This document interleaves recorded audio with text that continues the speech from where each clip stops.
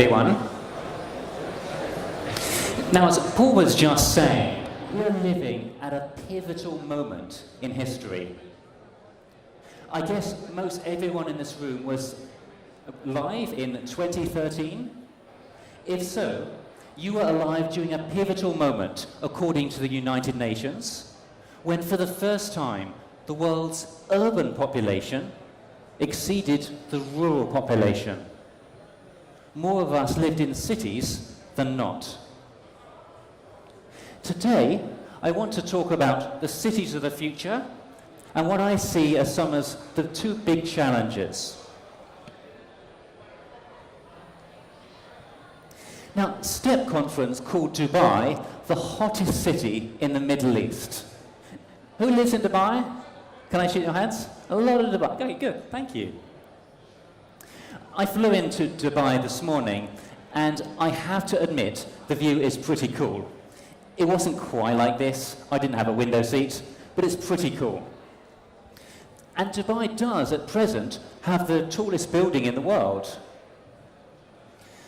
But if you want cool towers, Singapore has them, and it lays claim to being the garden city.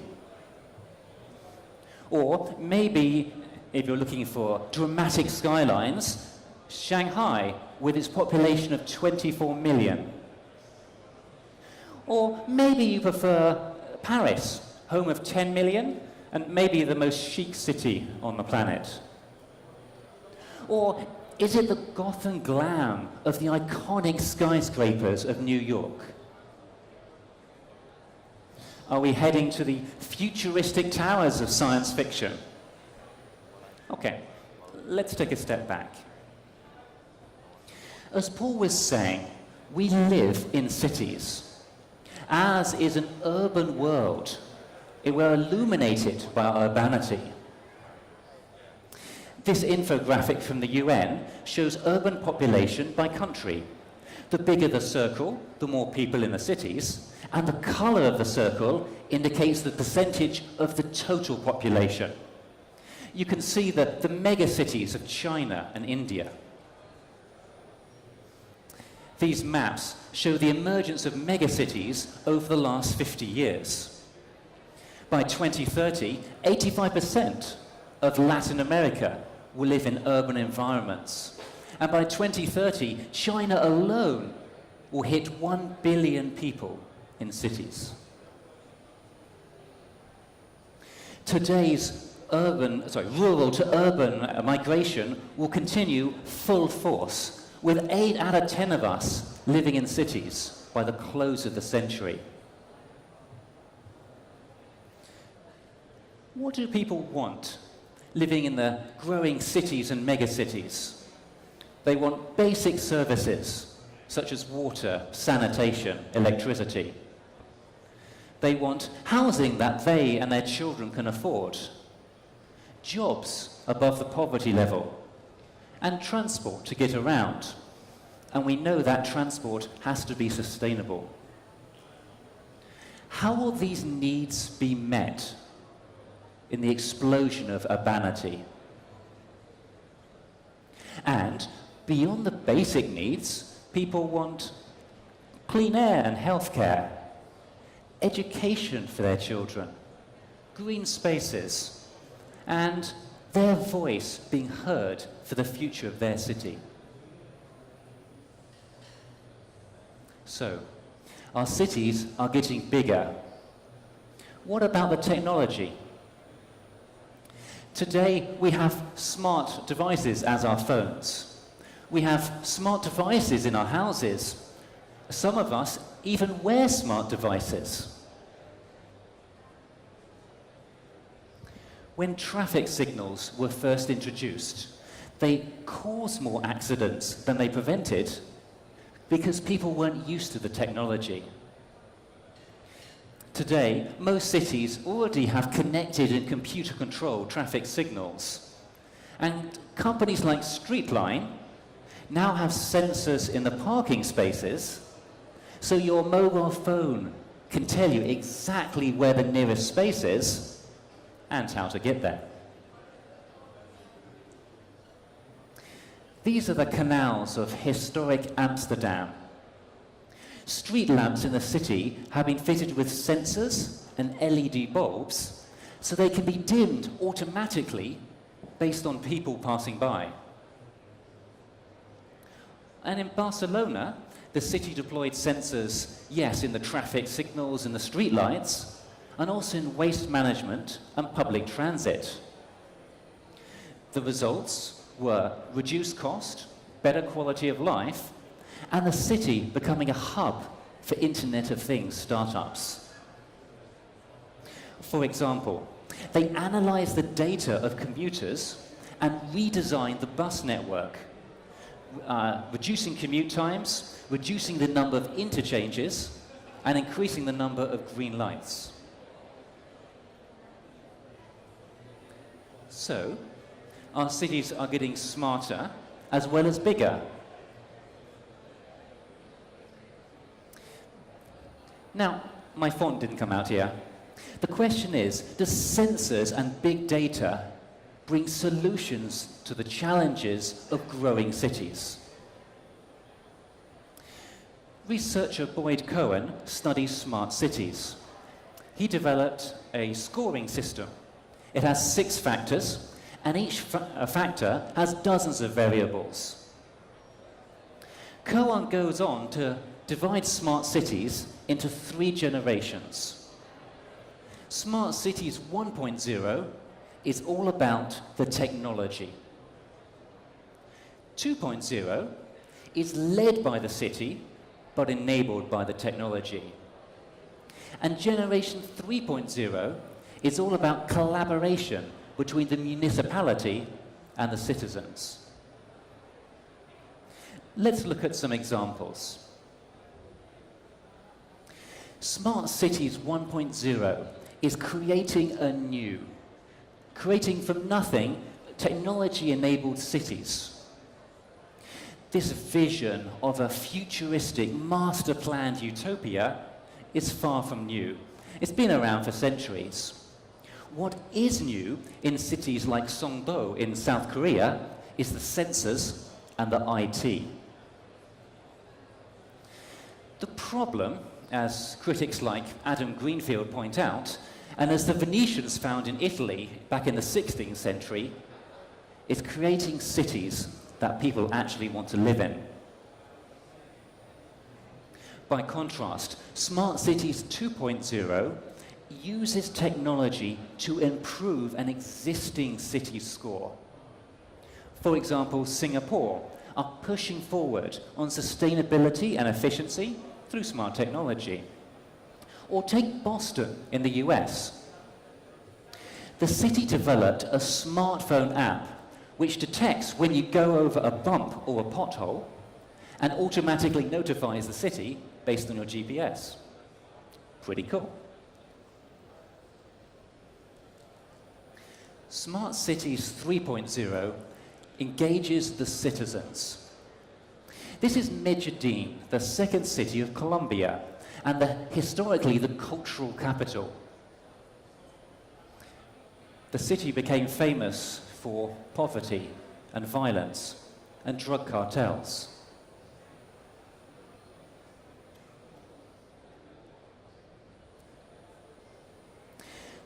The city then developed from the ground up a bottom-up approach to urban regeneration, engaging people in the most vulnerable neighborhoods in transformative projects like an urban cable car and electric stairs, and technology-enabled libraries and schools. Smart Cities 3.0, as Medellin has shown, takes city initiative and innovative technology and grounds them together, focusing on ethics and social inclusion. So, some cities are embracing the sensor-enabled, technology-filled Internet of Things, which brings us to 2 challenges. The first challenge is management. As this dashboard from IBM shows, smart cities need management to yield the potential advantages. The mayor of Rio de Janeiro in Brazil reached out to IBM to build a sensor network and this centralized control and management center. And it's regarded as quite successful. This is the control center in Glasgow in the UK, which is the largest CCTV center in Europe. Do the citizens feel safer?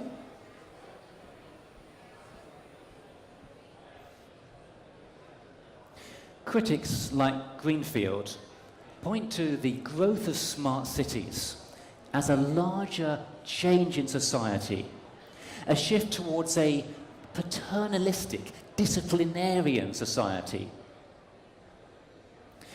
They ask, rather than a vision of the future with centralized surveillance and control driven by those in power, can we imagine a different view of the smart city, one rooted in the needs and aspirations of all its citizens?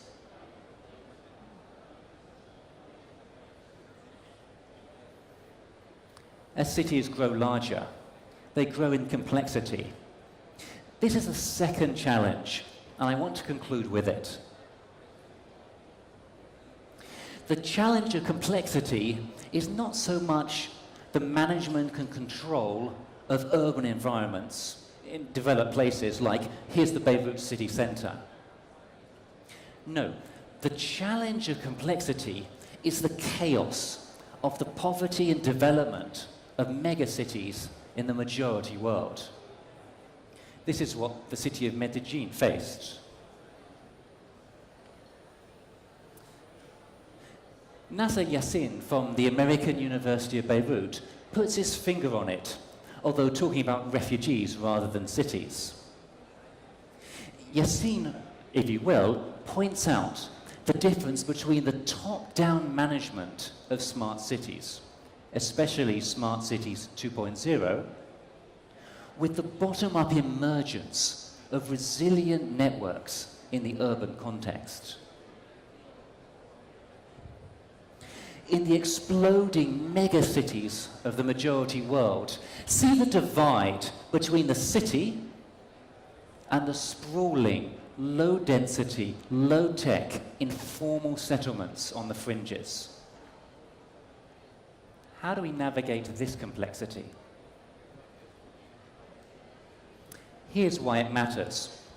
The UN estimates that by 2030, 3 billion people, that's 40% of the world's population, will need proper housing and basic services like water and sanitation.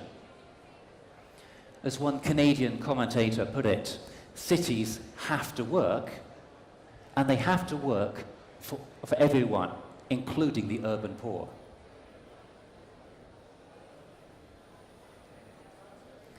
Let me close with this picture. This picture was taken by Layla. Layla is 9 years old. She lives in Beirut. She comes from Syria. Layla was given a camera and invited to take a picture of her safe place. She took this picture of the clouds and the flowers.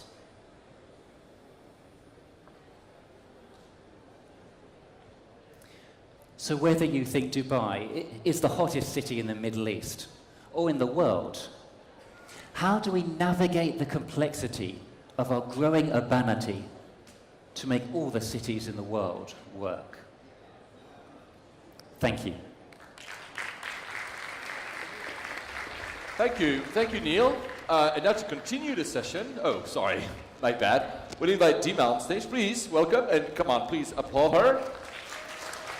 Ah, that's better. I like that kind of crowd. Yes. You want to be seated? You can. I gave you, because I'm very generous, I gave you all the time you need to continue this session, although we're running a little bit late. Dima, welcome. Thank you. You work with IBM, and you're one of the leaders of the smart cities in the Middle East region. Can you tell us how you got into this line of business? Thank you, Neil. Good morning, everyone. Actually, IBM started focusing on the Smarter Planet, Smarter City initiative in 2009, where we started putting more solutions and point of view into the market. For us here in the region is the right place to be for smarter cities. You've seen one of the biggest initiatives is here in Dubai. So we wanted to expand that focus and dimension into the Middle East region. My background is mainly government. I've worked in government for more than 15 years within IBM. And most of the smart city initiatives we've seen here is driven by city leader, government officials, and the ecosystem behind it. So it was a natural kind of organic growth to focus on smarter city initiative for the region, and part of the IBM investment here in the region is to build that practice around smarter cities and serve the region better. Great, thank you. So in terms of the categories of smart cities, 1.0, 2.0, 3.0, in this region, where do you see the trend is at present? The region is no different because we are living in a global world. And the way we look at it in IBM around those categories is basically the same. We look at it from a different 3I model that we talk about usually, which is the first layer focusing on the instrumentation of the city. So making sure that we have the right technology infused in our various systems in the city, the infrastructure, the back-end solutions and all of that, that is gathering the data. And that's mainly the responsibility of the city itself. So that's aligned to the one.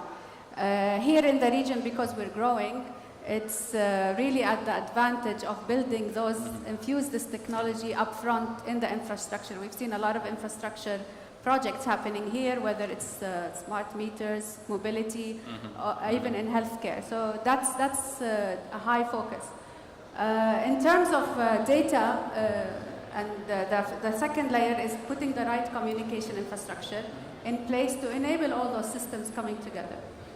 The third dimension, which is around information. So we are being, in the region, as anywhere else, hit by big data information, a lot of data that's coming from our network, from our citizens.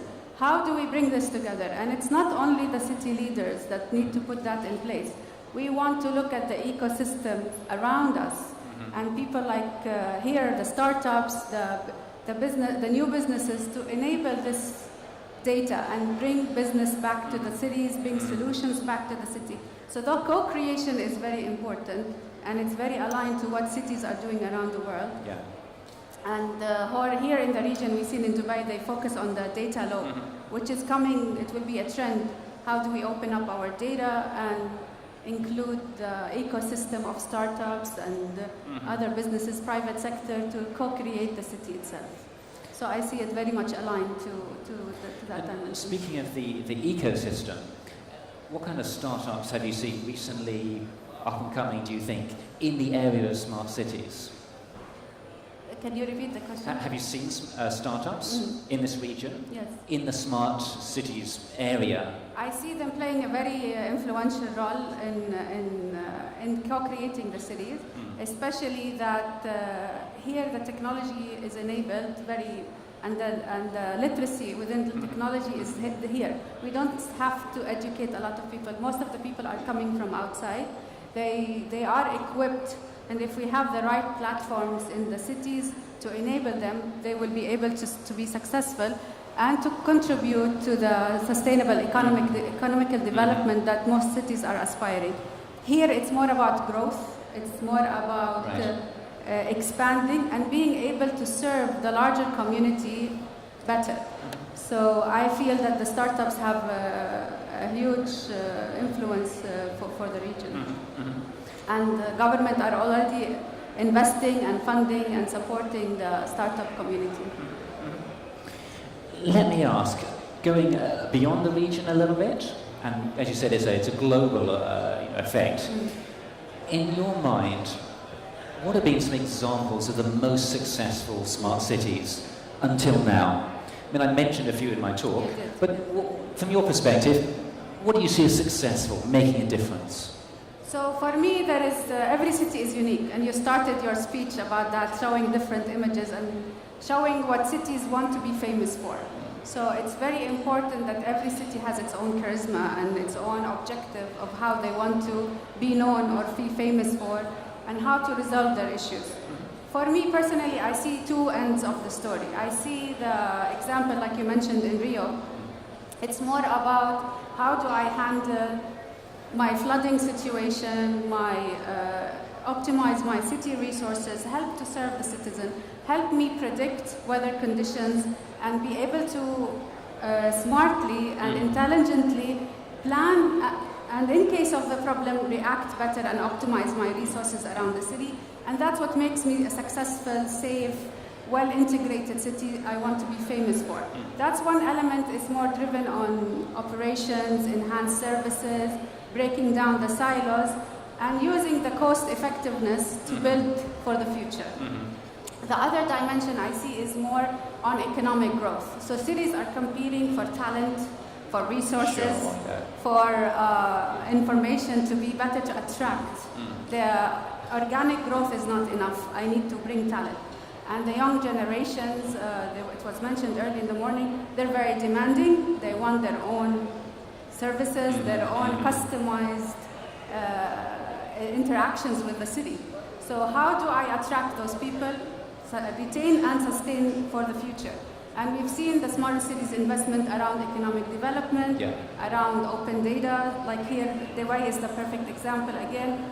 It's helped me retain, bring the right talent, invest in them, build for the future, and create an economic sustainable growth, as I said earlier. So those are the two. We've seen also examples like Nice in France, also focusing on tourism, inclusion of the citizen, to help bring the tourism industry back into the city. So that's the two dimensions that we've seen. You mentioned most of the successful ones are well known. Barcelona, Singapore is focusing on mobility. Right. So every city is famous for something. I think here in the region we'll see more kind of well-rounded approach to smarter cities coming up here in the region more. Kind of holistic approaches. So maybe cities in the region not, most famous for this or that, but just doing work, covering all the bases, building up capacity, the ecosystem with the companies, the government, the citizens. Yes, I agree. So I mentioned a couple of challenges of technology in cities. One was the management, and the other was the complexity, particularly the complexity when we think about the majority world. What are your thoughts on these things? Personally, you always get challenged, especially with the pictures you saw, because I'm a city person. I like to be in cities. I like to feel that the city is inclusive of all the demands of the different categories of the city. But unfortunately, with the growth and the expansion that's happening, it's definitely a challenge. What we have seen is how we can use technology. Yes, we want to attract, people are coming into the city, but how can we bring the city to them? Other than pushing people to come to the city, is using technology, remote technology. We've seen that in medicine, telemedicine. Bringing that technology element, that smarter city element within their urban development areas, rather than attracting them more to the city. So I see Smarter City Initiative doing that in the future, focusing on the demographics around the city and leveraging the assets that they built in their well-developed city to help serve the challenged area. There's no easy solution, of course. For sure. But I think technology is there to help them to leverage these assets and capabilities to bring them to the people rather than the people coming to the city. We'll see that migration, I think, over the few years. The predictions are that increasingly we are urban. And not only is it the big mega cities, the predictions are cities kind of 5 to 10 million or 1 to 5 million just growing up. Yeah. You look at China or India, and it's almost a scary number of cities of that sizable, but not huge, but still sizable size. Yeah.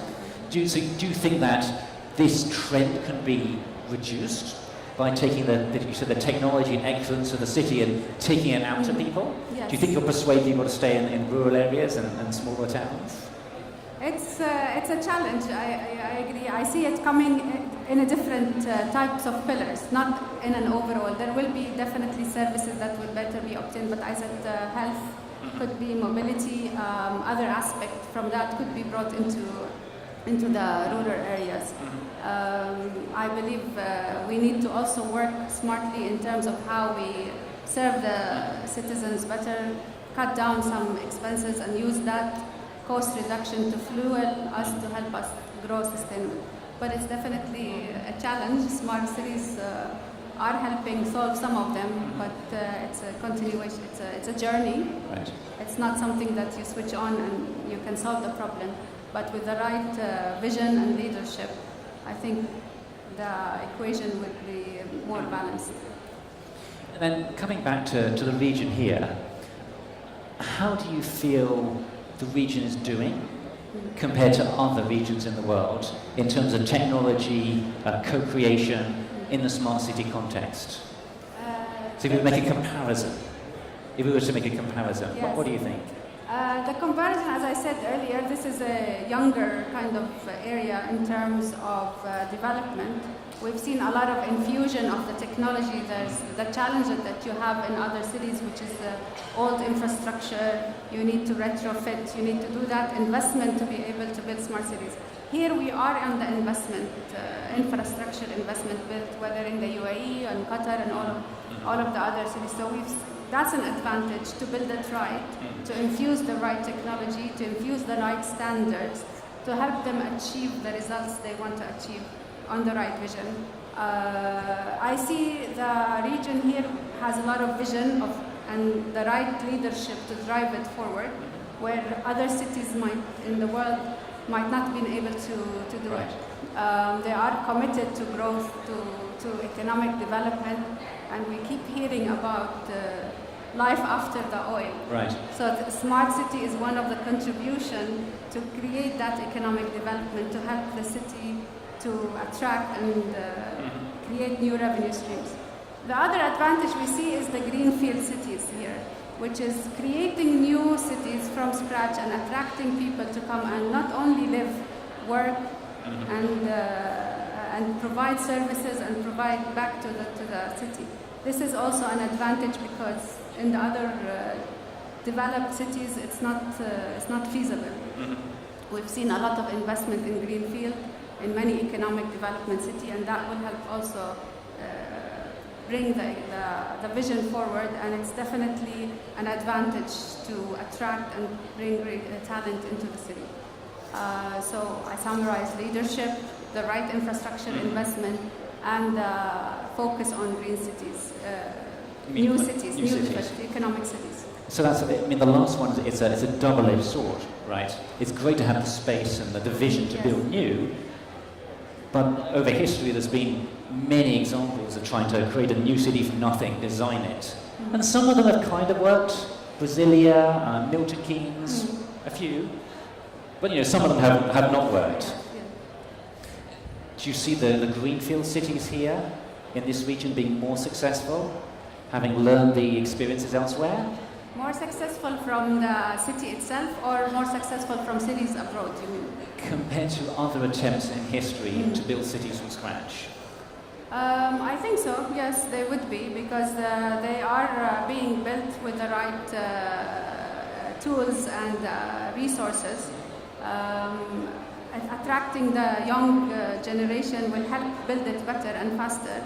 And that goes back to the element of co-creation. Co-creation, Yeah, so from that element, if I am enabled to contribute back into the city, that will make me more successful. The challenges are less dramatic than what we've seen. So they could be a role model and an example for other cities around the world to leverage that experience, to leverage any assets and resources and take it forward. So Dima, we have only a little bit of time left. So you mentioned some of what you see as the advantages, potentially, of cities in this region. What do you see as some of the potential disadvantages, particular challenges in the Middle East, our world? Particular challenges here? As I said, this is a city like any other city here. The same challenges, growth, making sure we have a sustainable growth. It's always a challenge, it's an iterative process. We always plan for sustainability, but new things arises. So the same challenges that we've seen around the world, maybe bringing the silos together. So a lot of initiatives are run by the government. The government tend to be siloed, but I think we're advancing, but bringing that together and making sure that we're all working to the right or the same objective and targeted outcomes. But I don't see anything different than what we've seen around the world. Maybe we are more of an advantage rather than a disadvantage. But I see a lot of similarity. Dima, thank you very much. I see we have 16 seconds left. And we have a Swiss timekeeper, so let's wrap up. Thank you so much. Thank you, Nia. Thank you. And thank you everyone in the audience.